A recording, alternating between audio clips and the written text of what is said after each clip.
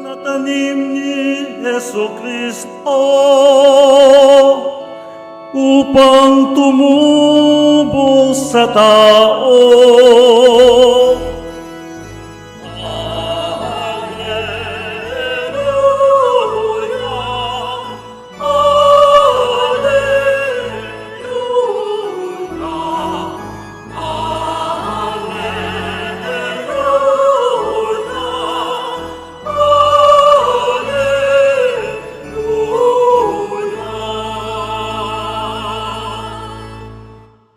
Sumainyo ang Panginoon. At sumaiyo rin. Ang mabuting balita ng Panginoon ayon kay San Mateo. Papuri sa iyo, Panginoon.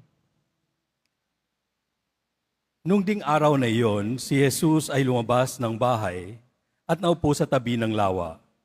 Pinagkalimpunan siya ng makapal na tao, kaya sumakay siya sa isang bangka at doon naupo.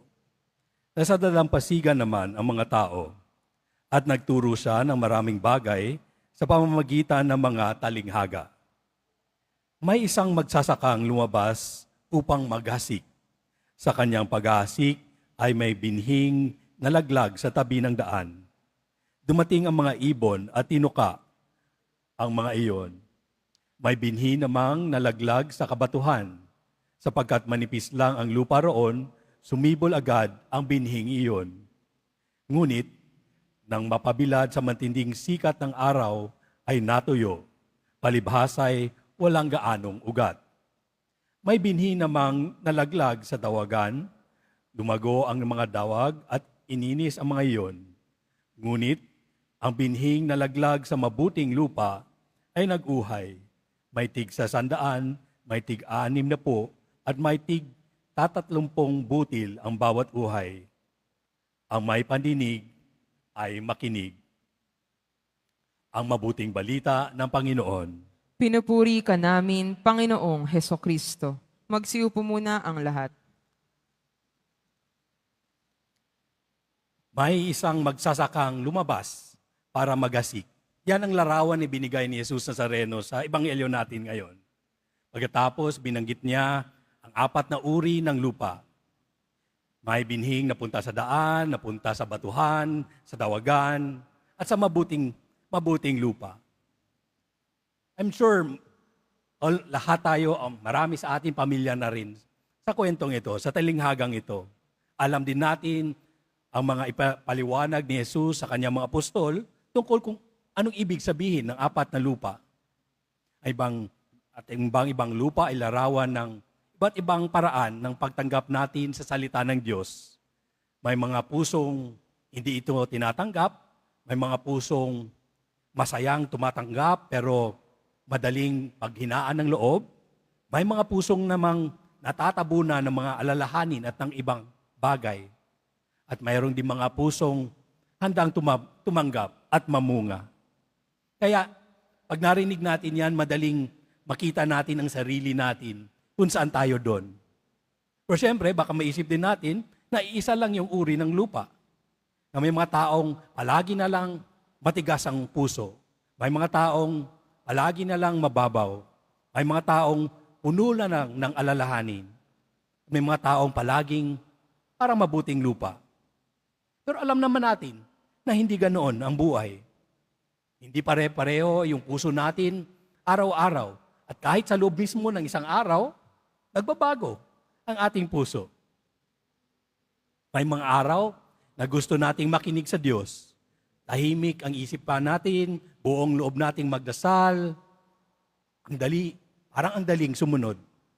Pero may mga araw rin na parang kabaliktaran ang nangyayari. Narinig natin ang salita ng Diyos sa misa, sa ating dasal.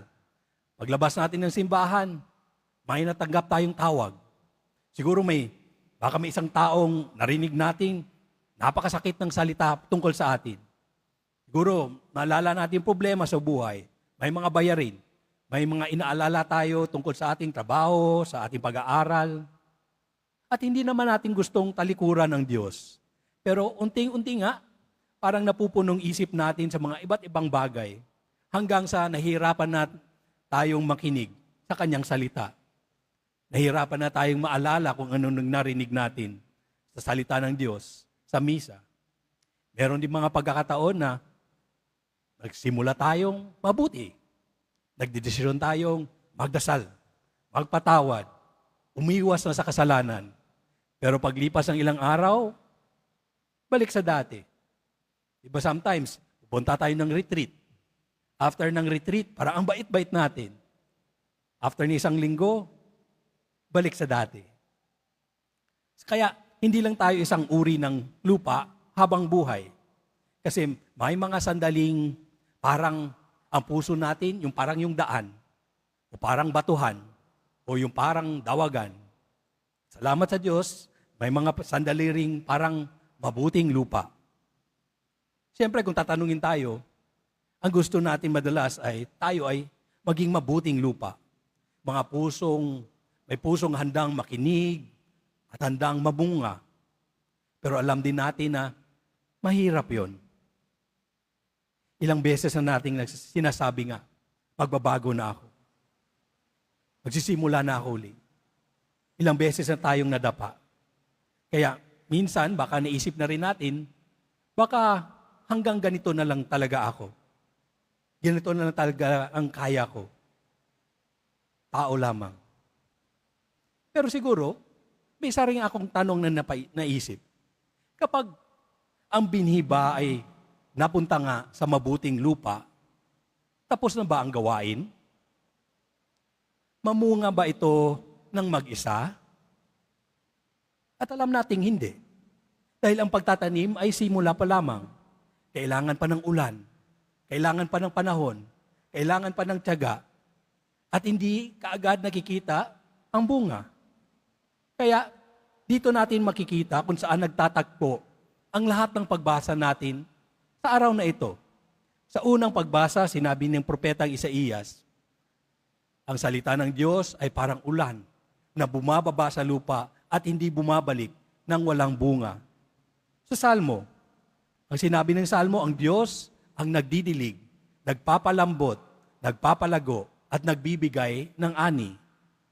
Sa pangalawang pagbasa, sinulat ni San Pablo, sinabi niya, naghihintay pa rin ang buong sangnilikha. Kaya hindi pa tapos ang mga ginagawa ng Diyos. So hindi lang pala tayo naghihintay. Ang buong sanlilikha ay naghihintay sa ginagawa ng Diyos. Ang Diyos ay hindi nag-aasik lamang pagkatapos umalis. Hindi niya iniiwan ang kanyang bukid. Patuloy siyang kumikilos, nag-aalaga, at naghihintay. Pero minsan nga, o baka kadalasan, dito tayo nahihirapan kapag mabagal ang pagbabago. Ilang taon na ako nagsisimba, pero ganoon pa rin ang kinahaan ko. Ilang taon ko nang pinagdadasal ang mahal ko sa buhay na magbago, pero walang nangyayari. Ilang taon ko nang hinihiling na magbalik loob na ang anak ko, pero parang mas lalo siyang lumayo. Linggo-linggo akong nagkukumpisal, pero ang kinukumpisal ko, ganun pa rin kasalanan.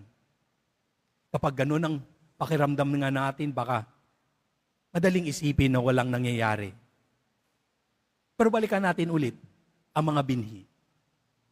Ang magsasaka ba kapag may hinasik na binhi, kinabukasan ba pwede nang mag-harvest? Pwede nang anihin? Hindi naman, di ba? Marunong siyang maghintay.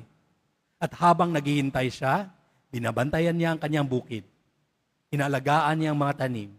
Naghihintay siya sa ulan.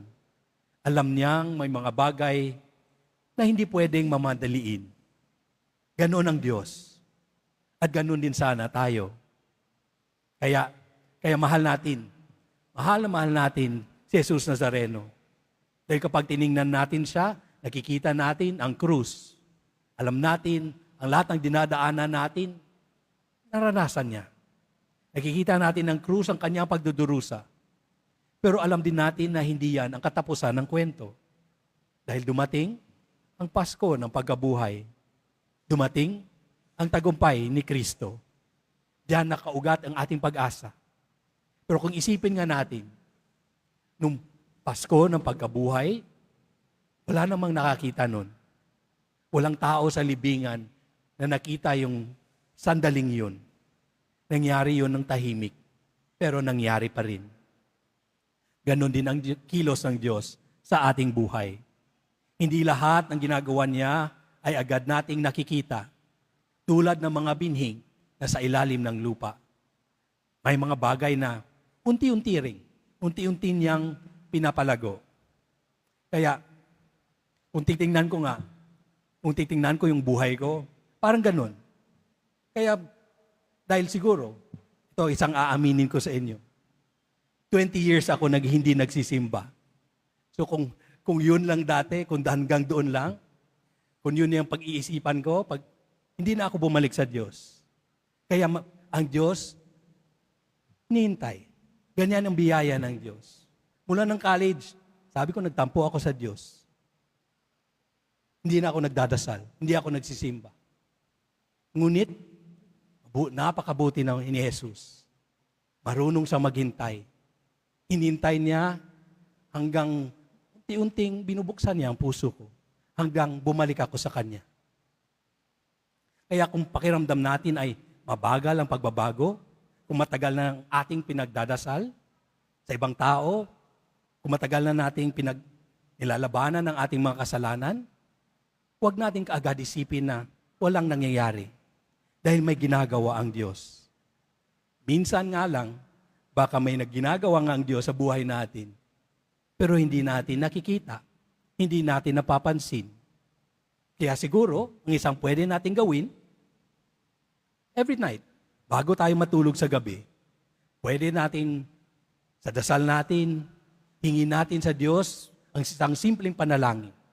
Panginoong Jesus Nazareno, buksan mo pa sana po ang aking mga mata at aking mga puso, ang aking puso, para makita ang ginagawa mo. Kahit tahimik at unti-unti. Tapos, tingnan mo kung saan mo natagpuan si Jesus sa buhay mo sa araw na iyon. Baka dun pa lang, mas lalo nating makikita ang kilos ng Diyos. At kapag nakikita natin ang tahimik niyang pagkilos, mas natuto tayong magtiwala sa Kanya. Dahil ang Diyos na naghahasik ay siya rin ang Diyos na patuloy na kumikilos kahit hindi pa natin nakikita. At sa tamang panahon, mamumunga ang Kanyang salita. Amen.